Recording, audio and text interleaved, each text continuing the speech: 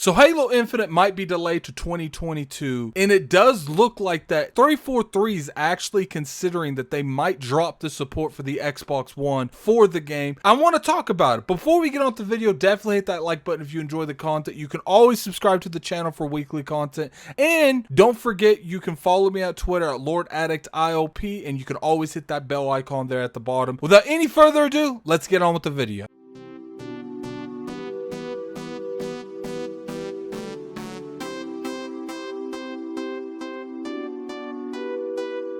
What's going on, you guys? Gaming out of here, coming at you for another video. So clearly from the title, you know we're going to be talking about Halo Infinite. We're going to be talking about 343's development cycle in the game. It looks like 343 might consider pushing this game back to 2022. There's a couple different reasons you would do that. I do think that what we saw at E3 does need a lot of work, so I'm okay with this. Now, I'm thinking if it's pushed back to 2022, it's going to be one of those things where it's at the beginning of the year. I've always said from the start that I think this was going to be pushed back a year, from November of 2021 to November of 2022. So if I was right about that, it's going to be a little bit more of a delay from 2021 to probably the beginning of 2022. Now, I know a lot of people are going to be really nervous in terms of coming out in 2022. I'm not. To me, what was said in this thread that I'm about to read here in a minute gives me a lot more hope into the Halo franchise. Now, for those of you that's been following me, you know I'm a huge fan of Halo in general, and I gravitate towards this brand. I value this brand more than I value the Xbox Series X. And to me, if this makes the actual brand and the game itself better, then I'm all for it. So let's go ahead and read what was said. I was considering a lot to post it or not, but after a few consultations with a few different sources, I'll put it out. Microsoft and 343 Industries is currently very busy with the idea of dropping the Xbox One support for Halo Infinite. Even ideal to postpone it to early 2022 is on the table. It's pretty messy with the decision, but they are convinced that they need to do it to make the best Halo game. So pretty much what he's saying here is like, look, 343 and Microsoft are real and serious talks of dropping the Xbox One support. And for those of you that's been following me, I'm 100% okay with this. I want exclusive content to the Series X, and I feel like Halo itself would be built on a better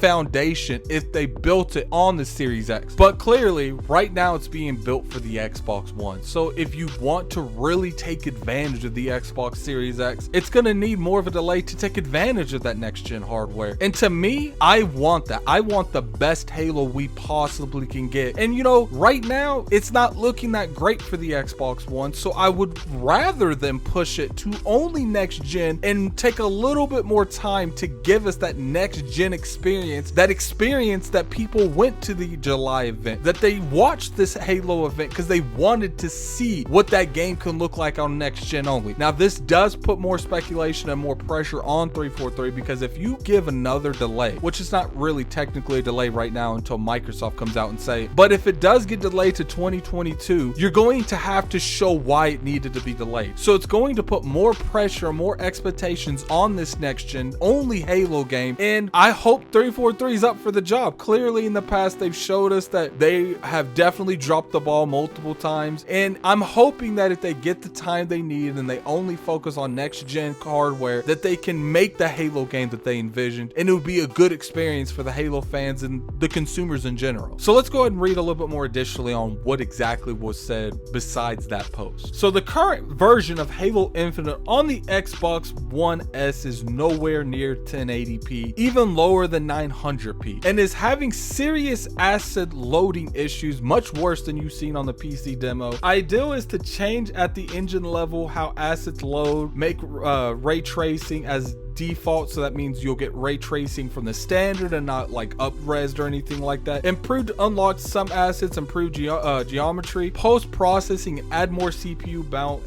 initially. Well, you know, I definitely butchered that, but pretty much what they're saying here is a lot of the issues I feel like they're having is from the ground floor. So the Xbox S, the Xbox, maybe the Xbox One X. So, you know, they said that the Xbox One in general, but the Xbox One X is definitely one of the, you know, the Xbox family. So I don't know if they're going to get rid of the Xbox One X or if it's just going to be the Xbox standard and the Xbox One S. Now I would say let's get rid of the Xbox One X as well, but because I do feel like if you only get rid of the Xbox One S and the you know, the bulk VCR version that Xbox had, it would make a lot of people upset that they upgraded to the X Series X and they're not getting the full power if you've delayed it that far. But I do know a lot of people that's in the Xbox One S family, like such as people like myself. It's going to be a little frustrating that the X is still being taken advantage of, but the S isn't, when they did say that no console will be left behind. So clearly a little bit of flip-flopping in terms of how they're saying stuff with Microsoft. That's nothing new. Microsoft tends to, you know,